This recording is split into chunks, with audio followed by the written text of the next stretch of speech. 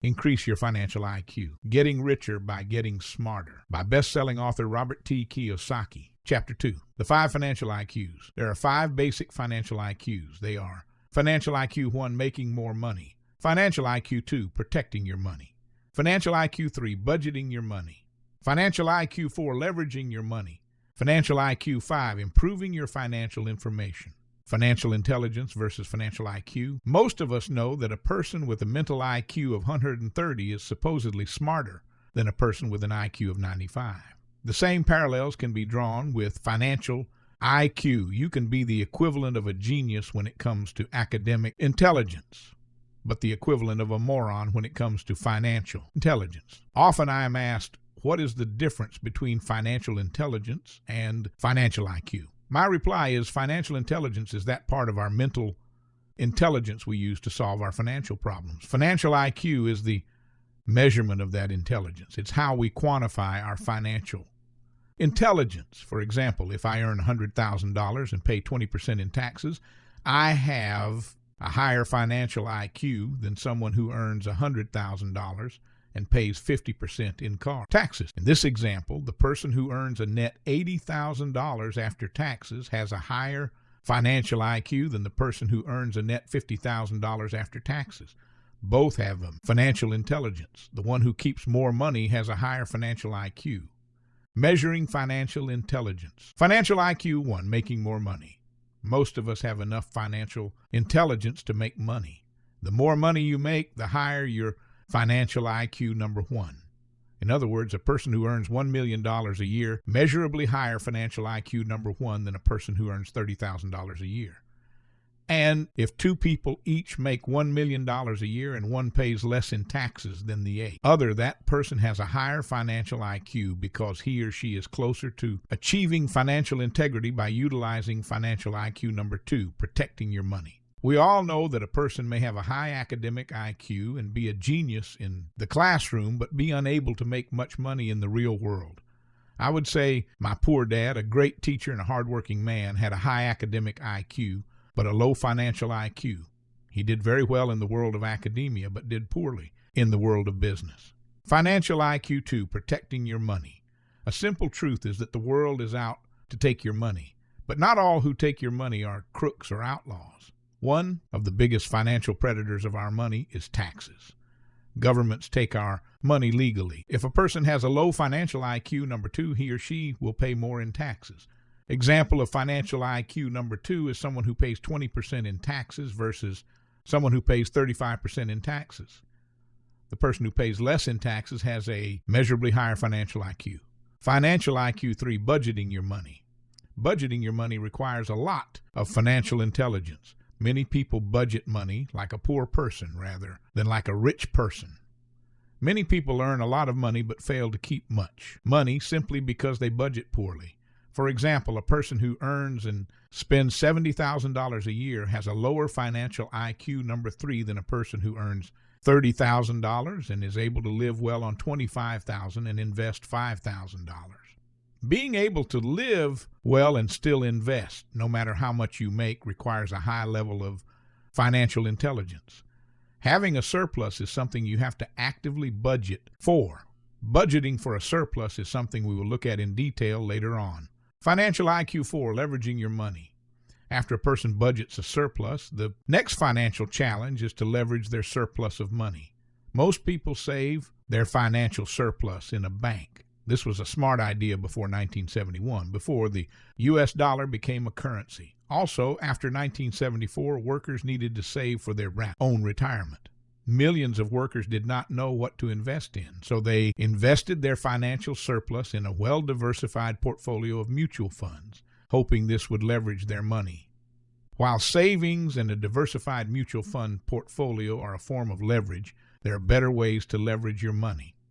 If a person is truthful, he or she has to admit it doesn't require much financial intelligence to save money and invest in mutual funds.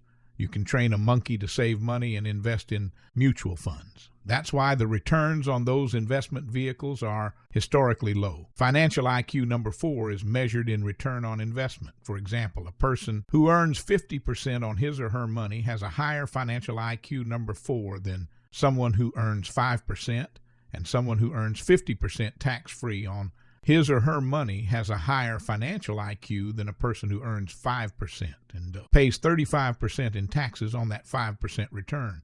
One more point. Many people think that higher returns on investment require higher degrees of risk. That is not true. Later in this book, I will explain how I achieve exceptional returns and pay very little, if anything, in taxes, all with very low risk. To me, having a well-diversified mutual fund portfolio and savings in the bank is a lot riskier than what I do. It's all a matter of financial intelligence. Financial number 5, improving your financial information. There is a bit of wisdom that goes, you need to learn to walk before you can run. This is true with financial intelligence. Before people can learn how to earn exceptionally high returns on their money, financial IQ number 4, leveraging your money, they need to learn to walk. That is, to learn the basics and the fundamentals of financial intelligence. One of the reasons so many people struggle with financial IQ number 4, leveraging your money, is because they are taught to turn their money over to financial experts, such as their banker and their mutual fund manager. The problem with turning your money over to financial experts is that you fail to learn, fail to increase your financial intelligence, and fail to become your own financial expert. If someone else manages your money and solves your financial problems, you can increase your financial intelligence. Actually, you are rewarding other people for theirs instead with your money. It's easy to increase your financial intelligence if you have a strong foundation of financial information. But if your financial IQ is weak, then new financial information can be confusing and have seemingly little value. Remember my example of math geniuses still needing to start with 2 plus 2? One of the benefits of being dedicated to your financial education is that over time you will be better able to grasp more sophisticated financial information, just as mathematicians are able to do complex equations after years of practicing math problems. But again, you need to learn to walk before you can run. Most of us have been in a class, lecture, or conversation where the information went right over our heads, or we have been in a class where the information was so complex, attempting to grasp what was being said hurt our heads. This means either the teacher is a lousy teacher or the student needs a little bit more basic information. Personally, I do pretty well when it comes to financial information. After years of study, I can sit in a room and understand most financial concepts. Yet, when it comes to technology, I am a Technosaurus Rex. I am a dinosaur. I can barely use a cell phone or turn on a computer. Almost everything to do with technology goes right over my head. When it comes to technology IQ, mine is at the lowest level. The point is that we all have to start somewhere. If I tried to take a class on website design, I would be in serious trouble. You need to learn how to turn the computer on before you can try to design websites. The basic level of information required to succeed in the class would be above my head. My job in this book is to make financial information as simple as possible. My job is to promote the financial understanding of some very complex financial strategies. In this book, my promise to you is that I write only about things I have done or am currently doing. As you know, there are many teachers and authors who tell you what you should be doing but don't do what they are advising. Many financial experts and teachers do not really know if what they talk or write about actually works. In other words, many people do not walk their talk. For example, many financial experts advise saving money and investing in a well-diversified portfolio of mutual funds. The problem with that advice is most advisors don't know if it will work over time. It sounds good. It's simple to do. It doesn't require much financial intelligence to follow this advice. My question is, will the advice work? Will the financial advisor guarantee you that this strategy will make you financially secure? What if the dollar plunges to zero and wipes out your savings? What if the stock market crashes as it did in 1929? Will a well-diversified mutual fund portfolio survive a stock market panic and meltdown? What if inflation goes through the roof because the purchasing power of the dollar plunges and a quart of milk is $100? Could you afford it? What if the U.S. government cannot pay the Social Security and Medicare costs of its elderly? I cringe whenever I hear a financial expert advising save money and invest in a well-diversified portfolio of mutual funds. I want to ask that expert, will you guarantee that this financial strategy will work? Will you guarantee that this financial strategy will keep me and my family financially secure for the rest of our lives? If the financial advisor is honest, he has to say, no, I cannot guarantee that what I advise you to do with your money will keep you financially secure. I, too, cannot guarantee that what I recommend will keep you and your family financially secure in the future. There are simply too many changes and surprises ahead. The world is changing too rapidly. The rules have changed and are continuing to change. Expanding technology is turning poor nations into financial powers, creating more rich people and more poor people, and greater financial problems and opportunities. The reason I write, create financial products, and emphasize the importance of the 5 financial intelligences is because I believe the U.S. and the world are in for an economic upheaval as we have never seen. There have been too many financial problems that have gone unsolved. Instead of using financial intelligence to solve them, we have thrown funny money at them. We have used old ideas to solve modern problems. Using old ideas to solve new problems only creates bigger and newer problems. This is why I believe the 5 financial intelligences are important. If you develop these 5 financial intelligences, you will have a better chance of doing well in a rapidly changing world. You will be better able to solve your own problems and increase your financial intelligence. Practicing what I preach. I want to assure you that I only write about what I do or have done. That is why much of this book is written in story form rather than as financial theory. This does not mean I recommend you do exactly what I do, nor does it mean what I do will work for you. I simply want to share with you my experiences, a journey of solving financial problems that continues today. I share with you what I have learned with the intent that it will assist you in increasing your own financial IQ. Number 5, improving your financial information. I also know that I do not have all the answers. I do not know if I could survive a massive financial disaster. What I do know is that whatever problems or challenges the future holds, I will look at them as simply opportunities to get smarter and increase my financial IQ. Rather than panic, I believe I can adjust and prosper because of my financial intelligence. I wish the same for you, which is why the Rich Dad Company and its products and programs were created. It's not about having the right financial answers. It's about having the right financial abilities. As my rich dad said, answers are about the past and abilities are about the future. We have other IQs. We are all different. We have different interests and dislikes. We have different strengths and weaknesses. We have different gifts and geniuses. I say this because I do not think financial intelligence is the most important intelligence or the only intelligence. Financial intelligence is simply an intelligence we all need since we live in a world of money, or to be more exact, currency. As my rich dad said, rich or poor, smart or not smart, we all use money. There are many important types of intelligence, such as medical intelligence. Every time I see my doctor, I am grateful that he dedicated his life to developing his intelligence and his gift. I'm also glad that I have enough money and insurance to pay for whatever medical challenges I may face. To this, Rich Dad said, money is not the most important thing in life, but money does affect everything that is important. When you think about it, money affects our standard of living, health, and education. Studies show that poor people have poorer health, poorer education, and a shorter lifespan. Before going on with the development of our 5 financial intelligences, I want to be clear that I do not think financial intelligence is the most important of all intelligences. Money is not the most important thing in life. Yet if you stop and think about it, your financial intelligence does affect many things that are important to you in your life. Other types of intelligence. Today, there are a number of different intelligences we need to survive and thrive in society. 3 important intelligences are: 1, academic intelligence. Academic intelligence is our ability to read, write, do mathematics, and compute data. This is a very important intelligence. We use this intelligence to solve problems, like knowing where and when a hurricane might strike and what kind of damage might be expected. 2, professional intelligence. This is the intelligence we use to acquire a skill and earn money. For example, a medical doctor will spend years developing this very important intelligence.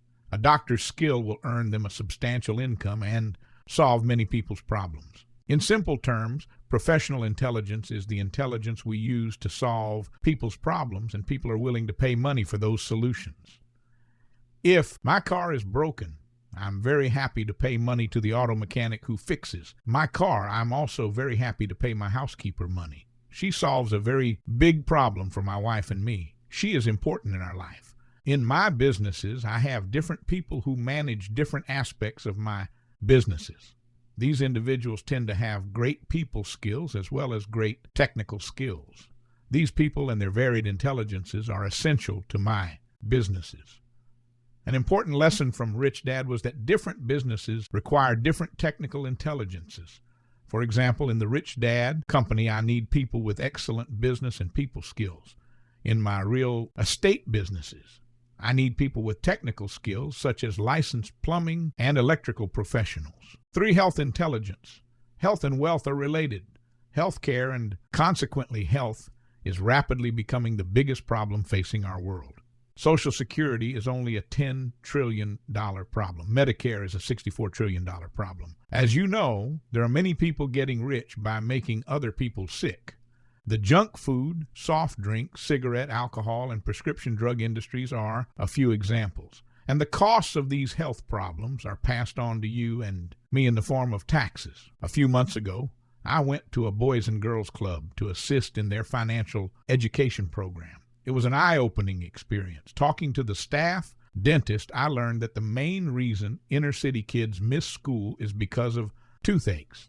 The cause of the toothaches is sugared drinks and a lack of dentists. This leads to poor health and obesity, which can bring on diabetes. Personally, I think it's tragic that the U.S. spends billions fighting a war, yet does not provide health education and health care for all kids. My point is, we need different types of education and intelligences to do well in this brave new world we live in. While I do not think financial intelligence is like the most important intelligence, it does affect everything that is important. Not everyone needs financial intelligence. If you are fortunate enough to have inherited a fortune, you do not need much financial intelligence as long as you hire people who do. If your plan is to marry for money, again, you don't need much financial intelligence. Or if you were born talented and the world showers you with money at an early age, you do not need much financial intelligence unless you're MC Hammer. Also, you don't need much financial intelligence if your plan is to work for the government and receive a pension for life. Or if you work for an old industrial age company like General Motors that still has a defined benefit pension plan that will pay you a paycheck and medical benefits for life. If you're like most people, you will need some financial intelligence to survive in today's world, even if your plan is to live on Social Security and Medicare. In fact, you may need a lot of financial savvy if your plan is to live on such a small amount of money. Who needs the most financial IQ? When we examine the cash flow quadrant pictured below, it will become easier to understand who needs the most financial IQ. For those who may not have read my second book in the Rich Dad series, Rich Dad's Cash Flow Quadrant, I will briefly explain. The cash flow quadrant is about the 4 different groups of people who make up the world of your money. E stands for employee. S stands for small business, self-employed, or specialist. B stands for big business, 500 employees or more. I stands for investor. For people whose career path is in the E quadrant, they may not think they need much financial intelligence. The same is true for those in the S quadrant. My poor dad, as a school teacher in the E quadrant for most of his life, did not place much value on financial intelligence. That is until he lost his job and entered the world of business. In less than a year, his savings and retirement were gone. If not for Social Security and Medicare, he would have been in serious financial trouble. My mom, being a nurse, wanted me to become a doctor. She knew I wanted to be rich, and the richest people she knew were doctors. She wanted me to stake my claim in the S quadrant. Obviously, those were the days before malpractice. Insurance costs went through the roof. Again, being a nurse, she did not see much need for financial intelligence. Her solution for me was to simply get a high-paying job. As you know, there are many people with high-paying jobs who have no money. If you want to be an entrepreneur who builds a B quadrant business or a professional investor in the I quadrant, financial intelligence is everything. For those in the B and I quadrants, financial intelligence is essential because it's the intelligence that gets you paid. In the B and I quadrants, the higher your financial intelligence is, the higher your income will be. Rich Dad said to me, you can be a successful doctor and be poor. You can also be a successful school teacher and be poor. But you cannot be a successful entrepreneur or investor and be poor. Success in the B and I quadrants is measured in money. That is why financial intelligence is so important. In summary, after 1971, the dollar turned into a currency. In 1974, businesses stopped paying employees a paycheck for life. As a result of these two major changes, financial intelligence became more important than ever. While financial intelligence is important for everyone, it's even more important for certain people, specifically those who plan on staking their professional claims in the B and I quadrants. One of the reasons our school systems do not teach students much about money is because most school teachers operate from the E quadrant, and thus our schools prepare people for the E and S quadrants. If you plan on operating out of the B and I quadrants, then the 5 financial intelligences are essential, and you won't learn them in school.